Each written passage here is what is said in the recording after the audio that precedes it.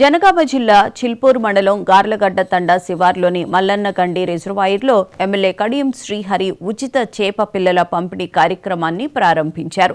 ఈ సందర్భంగా ఆయన మత్స్యకారులు ఆర్థికంగా ఎదగాలని ఆకాంక్షించారు. ప్రణాళిక లేకపోవడం వల్లే ఆలస్యమైందని పేర్కొంటూ వచ్చే ఏడాది జూన్, జూలై మాసాలలో లేదా ఆగస్టు చివరి వారంలోనే చేప పిల్లలను విడుదల చేయాలని అధికారులను ఆదేశించారు. తమ నియోజకవర్గం మత్స్య సంపద పెంచడానికి అనువైనదని కడియం శ్రీహరి తెలిపారు.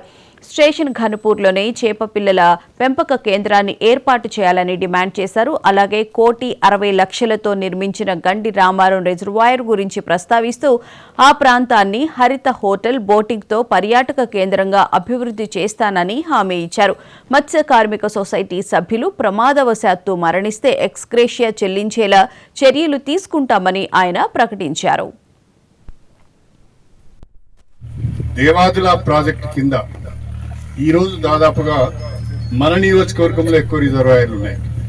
మా నియోజకవర్గంలోనే స్టేషన్ గన్పూర్ నియోజకవర్గం జనగామ జిల్లాకు సంబంధించి మా నియోజకవర్గంలోనే ఎక్కువ చెరువుల కుంటలు కూడా ఉన్నాయి. దాదాపు 325 చెరువుల కుంటలు ఉన్నాయి 5 మండలాలలోనే. ఇంక నేను వేలేరు ధర్మసారి చెప్పడం లేదు. ఒక జనగామ జిల్లాలోనే 5 మండలాల్లోనే 325 చెరువుల కుంటలు ఉన్నాయి, 7 రిజర్వాయర్లు ఉన్నాయి. ఎక్కువ మత్స్య సంపద పెంచడానికి మా నియోజకవర్గం చాలా అనుకూలమైన నియోజకవర్గం. నేను ఇంకొక ప్రతిపాదన కూడా పెట్టాలనుకుంటున్నాను మీ ద్వారా. మా నియోజకవర్గంలోనే ఏదైనా ఒక రిజర్వాయర్ని మీరు సెలెక్ట్ చేసుకోండి.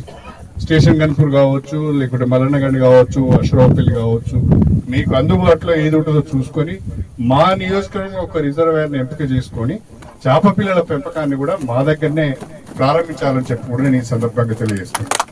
అది కూడా ప్రభుత్వ పరంగా చేప పిల్లల పంపిణీ కనుక పెంపకాన్ని మనం చేపడితే ఈ ప్రైవేట్ వాళ్ళ దయాదాక్షిణ్యం పైన ఆధారపడడం.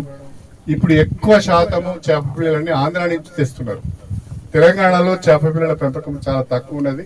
అందుకని ఎక్కువ ఆంధ్ర కాంట్రాక్టర్ల పైన ఆధారపడి ఆంధ్ర నుంచి చేప పిల్లలను తీసుకురావడం వలన మనకు నష్టం జరుగుతున్నది. మీ ఆశీర్వాదంతో భారీ నీటిపారుదల శాఖ మంత్రి అయిన తర్వాత మనం కట్టుకున్న ఆ గణిరామారం ఆనకట్టను ఇవాళ మనం రిజర్వాయర్ గా చేసుకోవడం జరిగింది అని చెప్పి ఈ సందర్భంగా తెలియజేస్తున్నాం. ఇవాళ గండిరామారం రిజర్వాయర్ ఉండడం వల్ల ఈ ప్రాంతంలో పచ్చటి పంటలు పండుతున్నాయి. బ్రహ్మాండంగా మా గిరిజన రైతులు కానీ ఇతర రైతులందరూ కూడా 2 పంటలు పండించుకుంటున్నారు. తప్పకుండా మీరు కోరుకున్న విధంగా ఈ ప్రాంతం గుట్టల మధ్యన చాలా బాగుంది. ఇక్కడ ఒక మనము టూరిస్ట్ ప్లేస్ గా దీన్ని డెవలప్ చేసుకునే అవకాశం ఉన్నది. చక్కగా ఇక్కడ బోట్ షికారు కూడా చేసే అటు ఇటు గుట్టలు ఉన్నాయి, పచ్చటి ఆహ్లాదకరమైన వాతావరణం ఉన్నది. కాబట్టి ఇక్కడ బోట్ షికారు చేసుకునే అవకాశం ఉన్నది.